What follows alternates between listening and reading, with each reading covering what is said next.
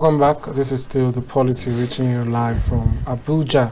I've been joined now by a colleague in the studio to discuss the state of the nation and some happenings around the country at the moment.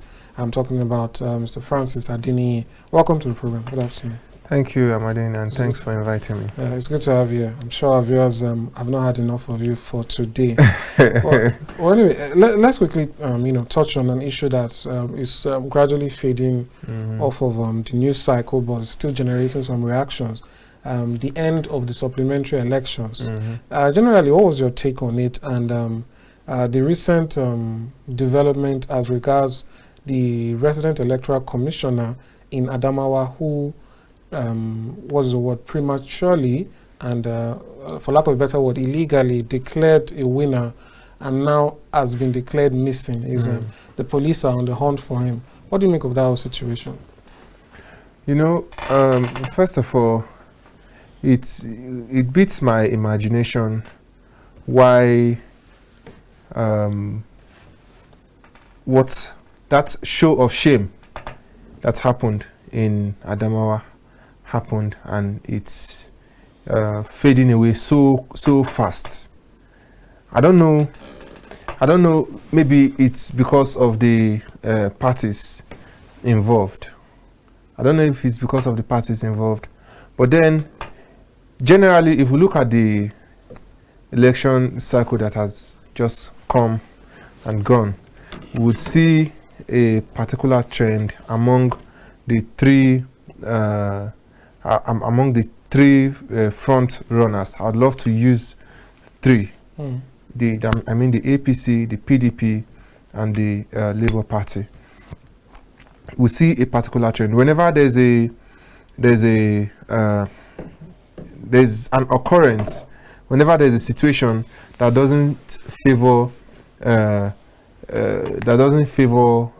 one of them, that doesn't favor a part of the three strong candidates, you see some of them, they just keep quiet, act like nothing has happened, and wait for it to slide and wait for it to just fade away. I'm talking about the APC. I'm talking about the APC now. Like we saw how much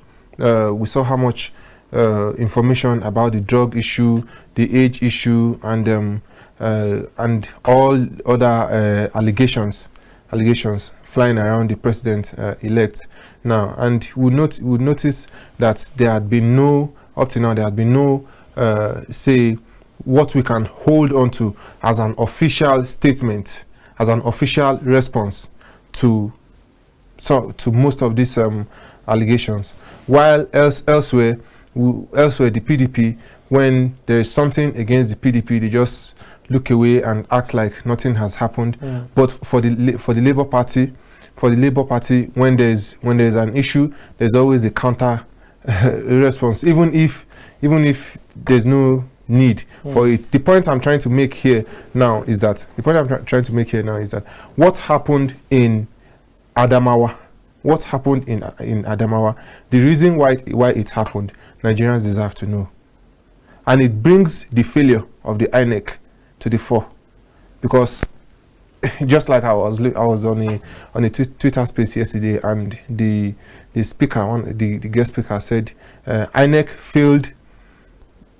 succeeded in the things that are not really important and failed in the things that are really important. Like, what are the things that are really important? Let the vote of the people count.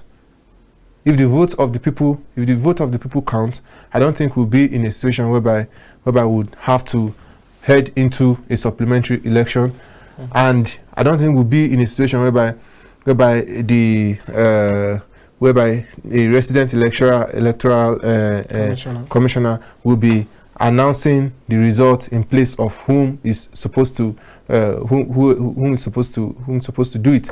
Now, if he had committed that crime, INEC came out to rebut his announcement almost immediately. What should have been done about it? What should have been done? He was given so much buffering period to plan his escape. He was given so much time to do whatever he wants to do. Okay, he didn't do this. He didn't do this without the protection of some security agencies. Who are the security agencies that gave him the security backup to be able to do that? Now, when we talk with the news is just carrying the DSS, the NSCDC, the State Commissioner of Police that they are going to. Who are these people? We should be able to put faces. We should be able to put a face to the name. The DSS officer that was involved in the whole something. Bring him out. Let's see his face. Tell Nigerians the role he played, and he should face the consequences. He should face the consequences. And the fact that you love a candidate, the fact that you support a candidate, does not mean that that candidate must win. Does not mean that that candidate must win. The fact that you as a party APC, and you are the ruling party, and you are presenting a female governor, oh, this is something that has never happened in the history of Nigeria. We want to be the first party to produce the first female governor of Nigeria, so that we can have a bragging right and say that we are a party that supports women inclusion, that fights for the right of women. If you want to do it, go and appeal to the people who hold the power to decide who they want to give their mandate. What about people who say what's good for the goose is good for the gander? That some men have gotten away with some funny business in the cause of trying to gain power. So why do we now want to, be correct or do the right thing this time around when a woman is involved? You said when we want to do the right thing, over time in Nigeria, it has been proven over and over again that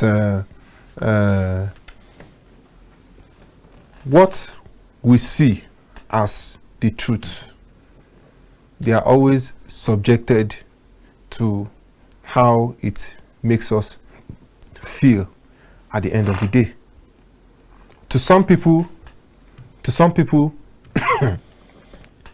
the last electioneering cycle was a free, fair, and credible one. To some people, it's the worst election we've had since 2019. To some people, even to some people in the Labour Party, whose voice have been the loudest in terms of criticisms of the whole process. Some people who were able to get their slots, you don't hear them coming out to openly criticize the process of the election. So what I'm just trying to say here now is that in our climb here, we have subjected what the truth is to how it makes us feel. So talking about what is good for the goose is good for the gander. The fact that other people have been doing it the wrong way does not validate the fact that those who are doing it wrongly now should get away with it. Well, let me get your thoughts on the way INEC reacted. Immediately the announcement was made, INEC released a statement saying they've called back all parties, and in a couple of hours they had already indicated their interest to write to the IG that the REC should be arrested and investigated. They suspended him. They continued the collation with the proper authorities and so on and so forth. I'd like to get your thoughts. Do you think that it was only because it was a REC that did this, that action was taken? Do you think INEC should have the power, or do they have the power, or the discretion to watch an election, being held at the state levels, at the subnationals, and say something is wrong here? Come, we're not taking this. Do you think that might not be seen as something them going outside the authority? Take for instance, it was the presiding officer, the returning officer, who made that announcement without any result sheets, without any sort of, facts, is INEC obligated to say our returning officer has said it, so that's what it is? If you have an issue, go to court. First of all, I can't really remember the part of the Nigerian Constitution that talks about the law of presumption. First of all, I want Nigerian. It reads that whatever INEC has announced is assumed to be authentic until anybody is able to, beyond reasonable doubt, before the court of competent jurisdiction is able to rebut it. Now, I think the returning officer had an idea about this law, and I think he tried to play a fast one on it. Nonetheless, the state chapters of the INEC, the state INEC returning officers, they are acting on the powers bestowed on them by the chairman of the Independent National Electoral Commission, and there are some conditions. There are conditions that must be met before the announcement of a result. You and I know that none of those conditions were met. Before the announcement of a result, you have to tell the state how many was the total number of accredited. First of all, how many was the total number of PVCs collected? Okay, it has to start from how many people registered, how many people collected their PVCs, then how many people accredited on the election day, how many votes were cancelled,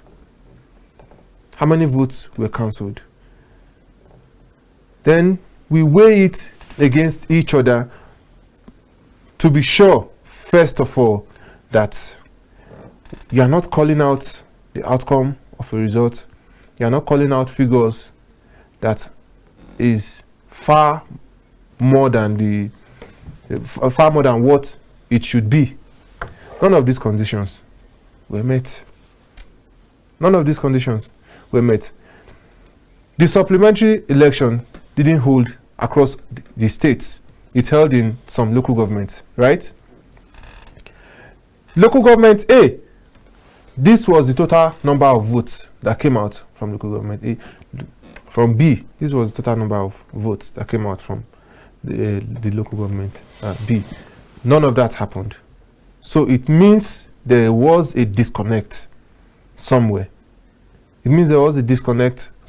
And at this point, I don't want to assume the position of the court of competent jurisdiction here now, but an average Nigerian now would have no option than to think that one, there was an ulterior motive, and the announcement of that result could have been on some kind of, he could have done that under some kind of pressure or some kind of promise that has been some kind of inducements, and like him, you have been paid for a job, you have to deliver your job. And if you look at the whole scenario, it's like something was definitely fishy about it, because just few minutes after that comic scene that they tried to make Nigerians believe was the result announcement, just a few minutes we saw the announced winner already giving out acceptance speech, and it should later go to court, to make it certified. Yeah, because just like what the Labour Party, some Labour Party chieftains have been saying, like, I stole something from you, I stole something from you, and I'm telling you to go to court to come and claim it. I know I stole something from you, and I'm telling you to go to court to go and lay your complaints. It means I know something about the court that you may not necessarily know, and that's why I'm telling you to go to court. All right, let's quickly touch on one thing before we move over to another issue. You've already spoken about, the idea of wanting a first female governor. Some persons have begun this rhetoric that, the way she behaved this election or the way she carried herself allegedly has cast a dent or has put a dent in plans for other women who aspire for the same positions.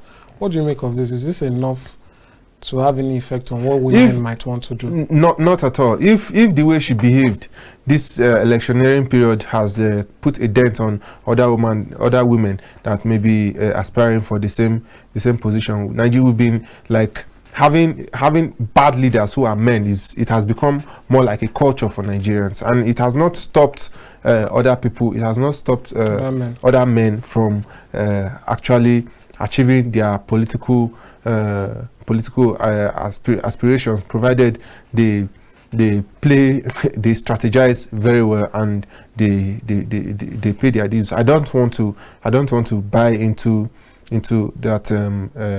I don't want to buy into that narrative. But talking about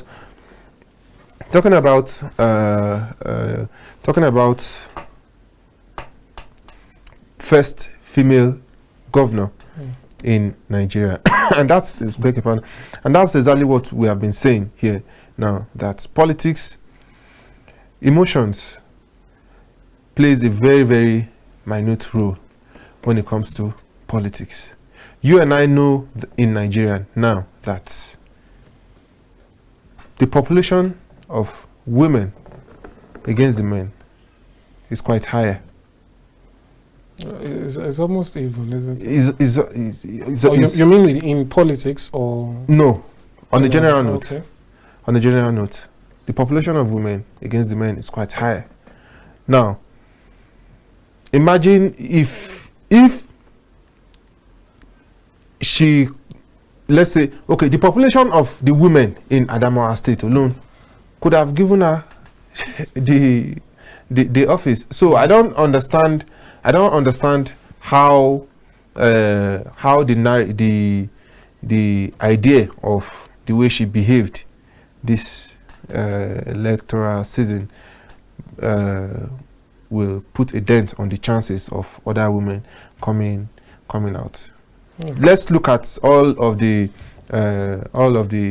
candidates that threw their self up for the contest this season, and I don't know, maybe from your own end you can remind me just one that did not goof at some point.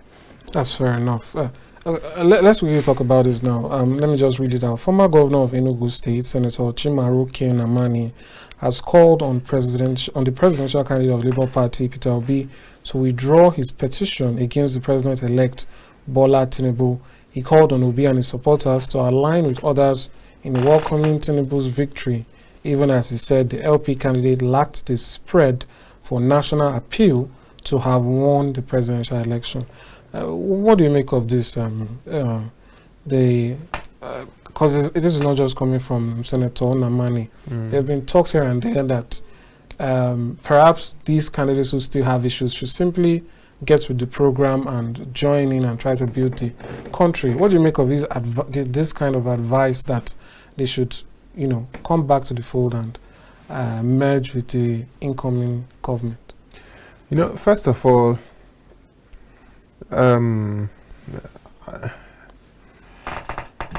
quite frankly, I have some reservations about the Labour Party candidate, not on a personal note, but in terms of, I would say, the choice of words and the attitude of some of his followers. And before I go on, I want to establish the fact that there is no political office, there is no public office that is reserved exclusively for anyone. If you want it, you go for it. If you want it, you go for it. So where I'm heading to now is the idea of they stole my mandate. You can't steal something like this laptop belongs to you. This laptop belongs to you. It can't be stolen from me because it doesn't belong to me. You can only say they stole maybe you're a prince in your village and it's time for you to become the king. You are the rightful heir to the throne of your father, and they gave it to someone else. You can say yes, they stole it from you, but public office, you are talking on a national scale. If you have your grievances, you take the appropriate steps that the Nigerian Constitution has provided for everyone. Has provided for everyone, which you have done. That aside, now to the Chimaroke Nnamani issue. From the beginning of the electioneering process, we knew where his allegiance lies. So I really didn't expect something.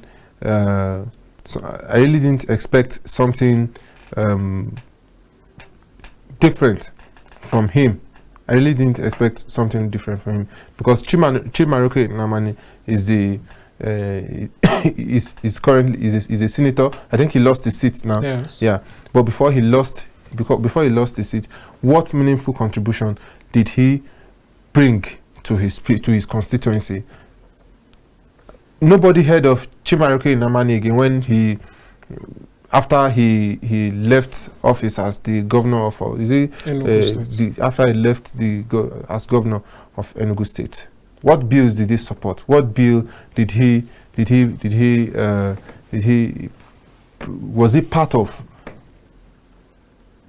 So I think right now everybody is just trying to be in a space where the incoming president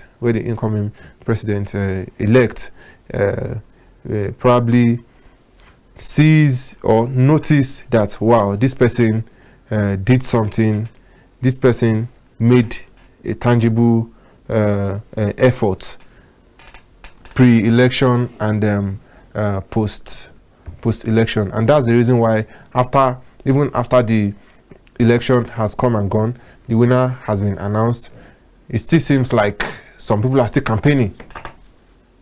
It feels like some people are still campaigning. So I really do not make any sense of what Chimaroke Nnamani is saying. Someone is feeling aggrieved, and he has taken his grievances to the law court. If you want to call on him to drop the charges against the president-elect, I don't think doing it I don't think doing it on the internet or doing it on the front page of our national dailies is the appropriate means.